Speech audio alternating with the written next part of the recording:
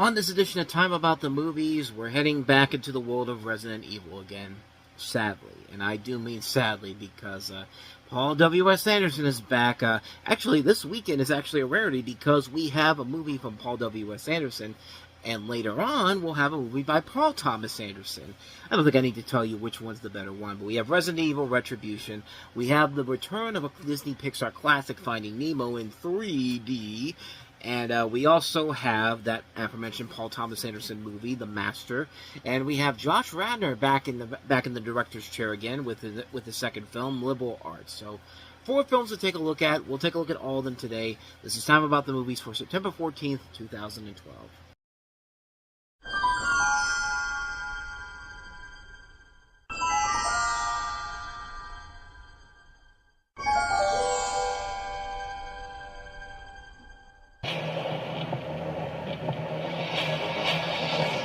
My name is Alice, and this is my world.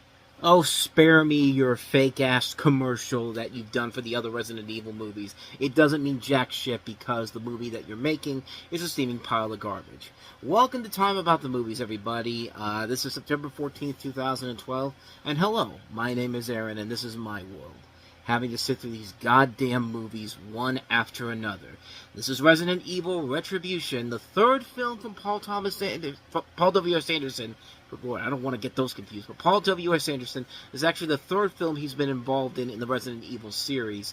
Yeah, if you thought that trailer was bad with its fake-ass image, with its fake-ass CG backgrounds and all that type of stuff, watch the full trailer and how that begins. Because, yeah, that one's just as bad.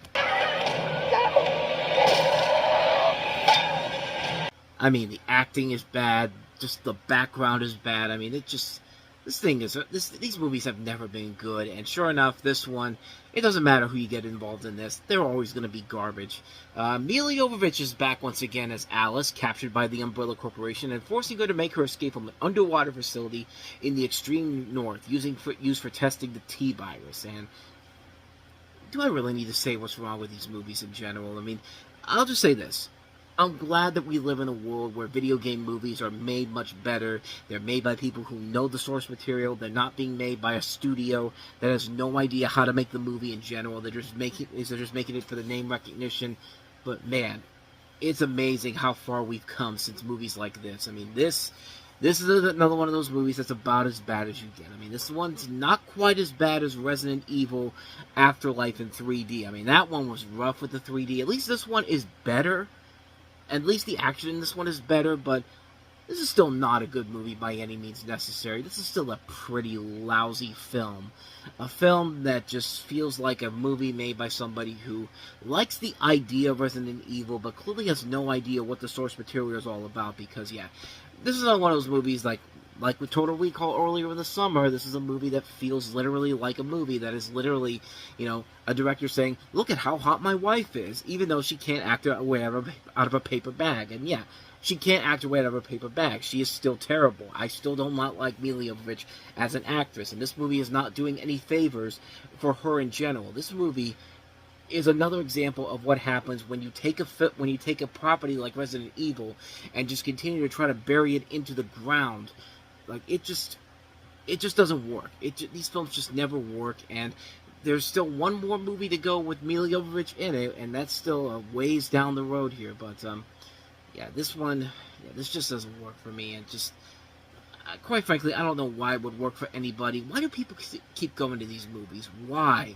This is the 5th movie. You'd think by movie 5 you would figure out that these movies are not worth it. If you're a Resident Evil fan, you should be hating what this guy does to your property. I mean, honestly.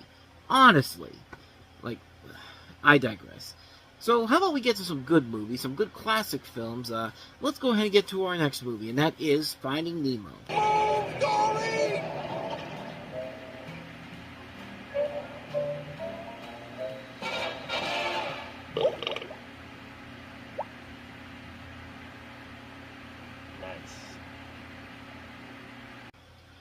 So once again, we're seeing what Disney success previously with The Lion King and Beauty and the Beast, and now they're saying, hey, let's do it with Finding Nemo, because not only will we make money because it's a classic in 3D for the first time, but we also want to see if we can test this out to see whether or not a Finding Nemo sequel will be profitable. And while this one was not as successful as The Lion King, it was just as successful as, say, Beauty and the Beast. I mean, Beauty and the Beast did make a decent amount of money at the box office overall, despite not making anywhere near as much as The Lion King did, but I mean, it was essentially Disney's way of putting these movies back in theaters and then giving them a proper Blu-ray release later on down the road, because this eventually got a Blu-ray release that Christmas, and it was the first time this got a Blu-ray release overall. But I don't think I need to tell you what the plot of the movie is.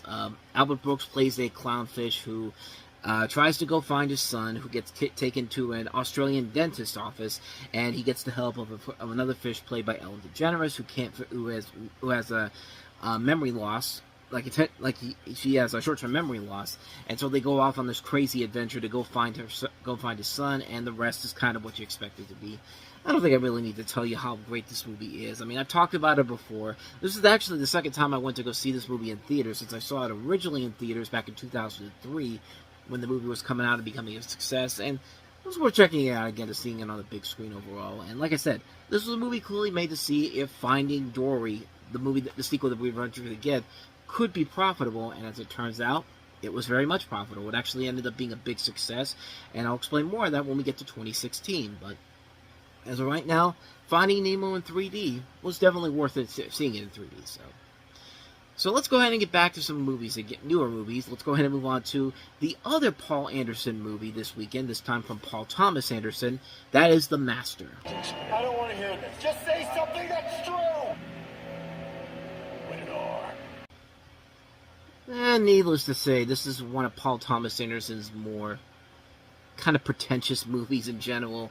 But this is based off of there's a lot of different variations of where the inspiration for this came from. It was partially inspired by L. Ron Hubbard, who of course was the founder of Scientology. Earlier drafts of Anderson's previous film, There Will Be Blood, the novel V by Thomas Pynchon, he would later use as for his next film, Inherent Vice, which is also, I believe, a Thomas Pynchon book. John Huston's documentary, Let There Be Light, about World War II veterans with PTSD, drunken Navy stories that Jason Robards had told him while they were making Magnolia, and the life story of author John Steinbeck. In this movie, you have the story of Freddie Quill, played by Joaquin Phoenix, who's a World War II Navy veteran struggling to adjust to a post-war society, and he meets Lancaster Dodd, played by Philip Seymour Hoffman, the leader of a cult known as the Cause. Dodd sees something in Quill and accepts him into the movement. Quill takes a liking to the Cause and begins traveling with Dodd's family to spread his teachings. You also have Amy Adams and Laura Dern in here, and like I said, this one is a movie that's kind of got its head up its own butt, in terms of, it's kind of pretentious for its own good, but does it make it a bad movie? Not exactly. I mean, I won't say it's a great movie overall, but it's definitely a movie that I feel like is like I said, a little bit too up its own you-know-what, but I think what carries it overall are the performances in here. Joaquin Phoenix is very good in here. Philip Seymour Hoffman works for it pretty well. Amy Adams is pretty good here. Laura Dern. There are a lot of good performances in this film. I don't think it's one of Paul Thomas Anderson's best movies. I think he's made so many better films. But this one isn't necessarily terrible, but it's definitely a movie that's got its head up its butt pretty badly. But, yeah, mixed opinion on that one. I don't think it's one of Paul Thomas Anderson's best films, but it's certainly not one of his worst ones either, So with that said, let's go ahead and move on to easily the best movie of the week, in my opinion. That is Josh Radnor's follow-up to Happy, Thank You, More Please, Liberal Arts. The feeling that anything was possible. You get out of school and anything could happen. And then you do get out and life happens. So you're saying I should prepare myself for suckiness? No, a liberal arts education solves all your problems.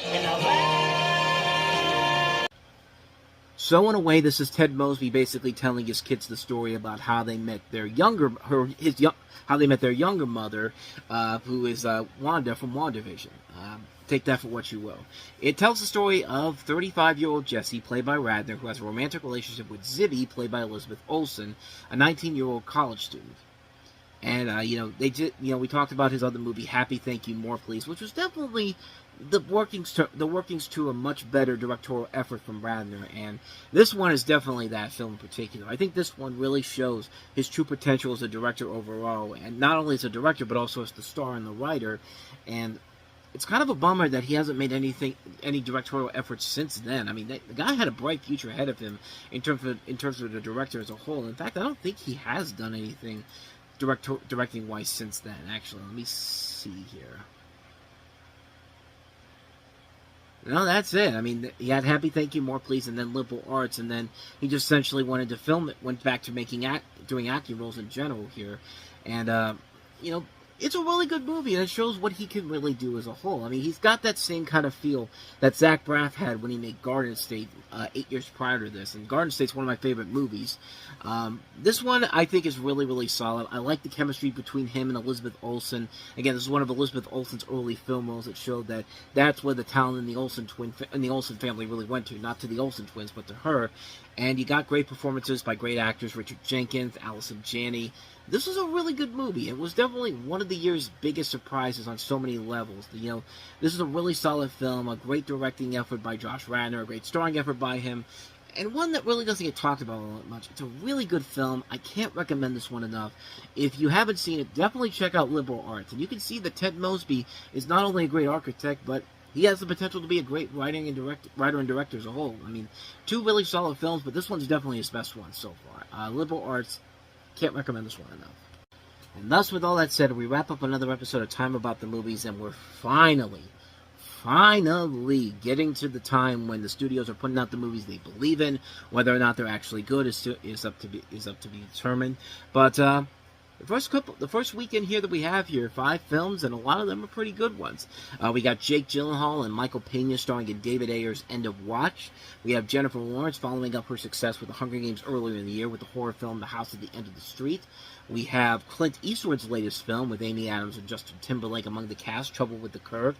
We have Carl Urban starring in the reboot of Judge Dredd, simply known as Dredd. And we have Emma Watson alongside Logan Lerman, and also, who's the last guy here? It's not Anton Yelchin, is it? Ezra Miller, of course. How can you forget Ezra Miller? This was back when we actually liked Ezra Miller. Starring in the coming-of-age romantic comedy, The Perks of Being a Wallflower. So we got 5 movies overall, and most of them are pretty good, with a couple of exceptions we'll delve into here. But we'll take a look at all 5 of those movies coming up tomorrow on the show. But with all that said, thank you so much for watching this. I hope you enjoyed it. If you did, please go ahead and do me the honors of hitting that like button, that subscribe button, and that notification button. Also, don't forget to check out our playlist, and don't forget to check out the last episode we did. So with all that said, whether it's in the past, the present, or the future, I will see you at the movies. Take care.